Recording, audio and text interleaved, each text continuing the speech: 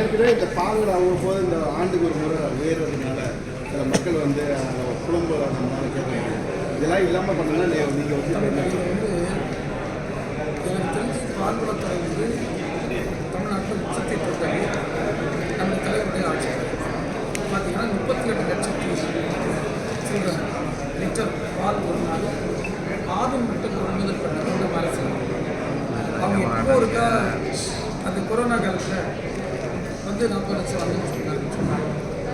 அது வந்து ஒரு ஒரு சூழ்நிலை ஒரு எல்லா பால் கொள்முதல் ஆட்கள் வந்து விட்டுட்டு போகிற காலத்தில் ஒரு சின்ன இன்கம் ஸ்டெடி ஃப்ளோ அந்த அரசு. ரெண்டாவது ஐநூற்றி காவின் வந்து ஒரு முக்கியமான பெயர். அது வந்து யாரும் வந்து வெளியில் வந்து விளையாட்டாக எடுக்க முடியாது. லட்சக்கணக்கான உறுப்பினர்கள் 40,000 பணியாளர்கள் மிக வலுவான கட்டமைப்பு. அதாவது பார்த்தீங்கன்னா 50 லட்சம் லிட்டர் பாலை வந்து கையாளக்கூடிய கட்டமைப்பை கொண்ட அமைப்பு ஆகும். எனவே ஆவின் வந்து ஒரு சின்ன அமைப்பு வந்து யாருக்கும் தயவு செய்து கொள்ள வேண்டாம். அதிலும் இப்போது அது 70 லட்சம் லிட்டர் பால் தினசரி கையாளுகின்ற அளவுக்கு அதை மேம்படுத்துவதற்கான கட்டமைப்பு ஏற்படுத்துகின்ற பணி வந்து நடைபெற்று கொண்டது. 5 ஆண்டு இறுதியில் அது இலக்கை பால் உற்பத்தியை பொறுத்தவரை நம்ம வந்து அதை ஸ்டெடியாக ஒரு குரோத்தை கொண்டு இப்போ இன்றைக்கு கூட இந்த ஆய்வு கூட நாங்கள் ரொம்ப ஃபோக்கஸ்டாக இந்த ராமநாதபுரம் மாவட்டம், இந்த டிஸ்ட்ரிக்ட் நாகப்பட்டினம் மாவட்டம் மிக வறட்சியான மாவட்டம், ஒரு டெய்ல் எண்ணில் இருக்கக்கூடிய மாவட்டம், இங்கே தண்ணி பற்றாக்குறை பெரிய விவசாயத்துக்கு சவால் இருக்கக்கூடிய மாவட்டம். எங்கே நீங்கள் பார்த்துருப்பீங்க நம்முடைய மாவட்ட ஆட்சித்தலைவர் பல முயற்சிகள் இருக்கிறோம். நாங்கள் வந்து ஒரு ஸ்ட்ராட்டஜிக்காக பிளான் பண்ணி இங்கேயும் அதை இன்னும் வலுவாக்குவதற்கான முயற்சிகள் மேற்கொண்டிருக்கிறோம். இந்த ஆண்டு 2 இலக்கை மிக தீவிரமாக நாங்கள் நடைபெற்று இருக்கிறோம். ஒன்று, விவசாயம் பெறக்கூடிய மக்களுக்கு பல்வேறு திட்டங்களின் மூலமாக மானியத்தோடு கூடிய கடன் உதவி, அதுபோல் வட்டியில்லா கடன் உதவி, அதுபோல் ஒரு 9% வட்டியிலான தேசியமயமாக்கப்பட்ட வங்கியின் மூலமாக வழங்கிய கடன்.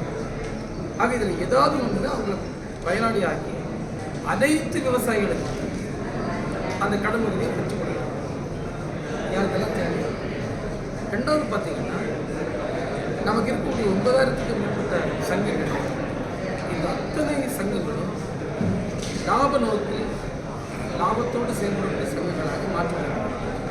அது ஆங்கிலத்தில் சொன்னால் சஸ்டைனபிள் பிரைமரி இது மில்க் ப்ரொடியூசர் சொசைட்டிஸ் ஆக்கடம் உள்ள எண்ணத்தின் அடிப்படையில் அவர்களுக்கான பல்வேறு திட்டங்களை நாங்கள் தீட்டியிருக்கின்றோம். அதன் மூலமாக அதுவும் அந்த தன்மையை அடைவதற்கான வாய்ப்பு. ஏன்னா அந்த இலக்கை நோக்கி நம்ம சார் மாவட்டத்துக்கு மாவட்டம் பால் கொள்முதல் வந்து விவசாயம் டென் பண்ணுறதுல ரேட்டு வித்தியாசம் வருது இல்லை, அது ஒரே மாதிரி ஆக்க முடியாதா? இல்லை அதுக்கு என்ன அது நீங்கள் வந்து பாலினுடைய தரத்தை பொறுத்து. இப்போ நீங்கள் பார்த்தீங்கன்னா பால் வந்து நீங்கள் பார்த்துருப்பீங்க இந்த மிஷின்ஸ் நம்ம கொடுக்கணும். இதெல்லாம் கடந்த பழைய காலங்களே கொடுத்துருக்கணும். இப்போ தான் நம்ம ரொம்ப தீவிரமாக கொடுக்கணும். இன்னும் ஓரிரு மாதங்கள் அனைத்து சங்கங்களும் இது நம்ம போன ஆண்டு எடுத்த முயற்சி சுமார் 5000 கூட்டுறவு சங்கங்கள் கொடுத்துருக்காங்க. மிஞ்சில் கொடுக்க வெகு வரையில் பணிகள் நடைபெற்று இது வந்துட்டுனாலே இந்த ப்ரைஸ் வேரியேஷன் வந்து வராது. ஏன்னா அந்த மிஷினில் வந்து அவங்க பால் வைத்தவுடன் அதனுடைய தரத்தை அதை நிர்ணயித்து அதற்கேற்ற விலையை ரசீதாக கையிலையோ தொலைபேசியில் மெசேஜ் ஆகும் உடனே போயிடும். இது வந்து மாநிலத்துக்கு கூட ஒரே விதம். ஆனால் தரத்தை பொறுத்து அதில் ஃபேட் எவ்வளோ இருக்குது, இது நான் ஃபேட் சாலிட் சொல்லுவாங்க, அதை பொறுத்து விலை நிறைவு செய்யப்பட்டு கொடுக்கப்படும். இது விவசாயிகள் ரொம்ப மகிழ்ச்சியாக இருக்காங்க. ஏன்னா எங்களை ஏமாற்றி போட்டாங்கன்னு சொல்ல முடியாது. சார், விவசாயிகள் அதாவது மாடு வளர்க்கக்கூடிய ஆசைப்பட விவசாயிகளுக்கு வங்கிகள் முறையாக கடன் கொடுக்கறதில்ல அப்படின்னு ஒரு குற்றச்சாட்டு. தம்பி, நாங்கள் வந்து இதெல்லாம் சொன்னேன். சரித்திர சகாப்தம் 1000 கோடி ரூபா 1.5 வருஷத்தில் வந்து அது வந்து எங்களை அணுகாமல் யாராவது சொல்லியிருக்காங்க. நான் எல்லா மாவட்டங்களுக்கும் நாங்கள் இன்ஸ்ட்ரக்ஷன்ஸ் வந்து ஃபாலோ பண்ணிட்டு இருக்கோம். நீங்கள் யாருக்கு வேணுங்களும் கடன் போயிருந்தால் அவங்க வந்து ஆவின் அலுவலகத்தை அணுகலாம், கூட்டுறவு சங்கங்கள் அணுகலாம், கிடைக்காம வந்து அவங்க எங்களுக்கு ரிப்போர்ட் பண்ணுறோம். தம்பி நாங்கள் 2 நோக்கம் வச்சுருக்கோம். ஒன்று, உள்ளூர் சந்தையில் முழுமையான வியாபாரத்தை பெருக்கிறோம். அதனால தான் பால் உற்பத்தியாளர் கூட்டுறவு சங்கங்களுக்கும் தொடக்க வேளாண்மை கூட்டுறவு சங்கங்களுக்கும் அந்த ஹோல்சேல் டீலர்ஷிப் லைசன்ஸ். அது பிறகு இருக்கக்கூடியதை நம்ம எக்ஸ்போர்ட் மார்க்கெட்டுக்கு நாங்கள் எக்ஸ்போர்ட் பண்ணுறோம். அதுக்கான வாய்ப்புகள் நிச்சயமாக இருக்கு.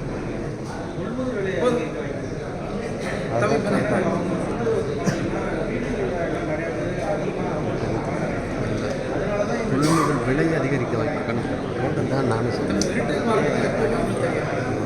இப்போ ரீட்டைல் மார்க்கெட் வந்து விலை அதிகமாக இருக்கிறது வந்து உண்மைதான்.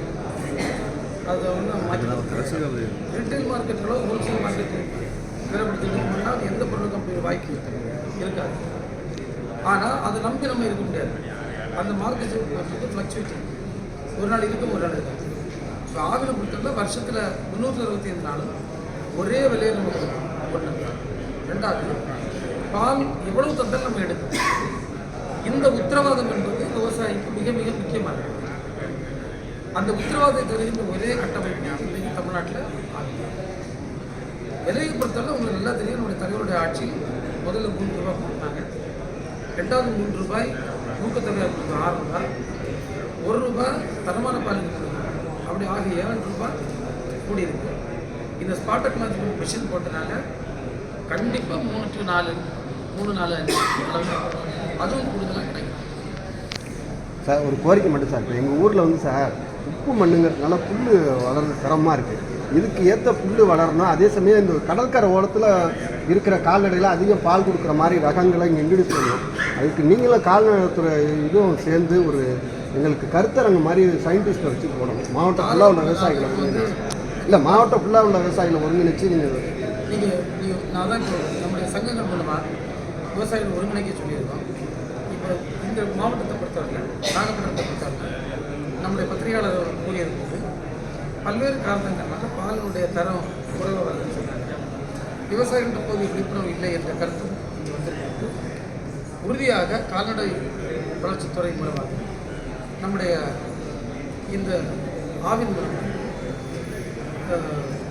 பால்வளத்துறை நம்ம வந்து மற்ற இதர டிபார்ட்மெண்ட்களோட சேர்ந்து விவசாய மக்களுக்கு பயிற்சி அளிக்கின்றது உடனடியாக துவங்கும். அந்த மாவட்ட ஆட்சியர் ஏற்கனவே அதற்கான திட்டத்தை துவங்கியிருக்கிறார். அந்த பணிகளை பொள்ளாச்சி கோவை மாவட்டத்தில் இருக்க பசுந்தால் ஒரு மசாலா தழை அங்கே சொன்னேன். அதாவது போயிருக்கேன் நான்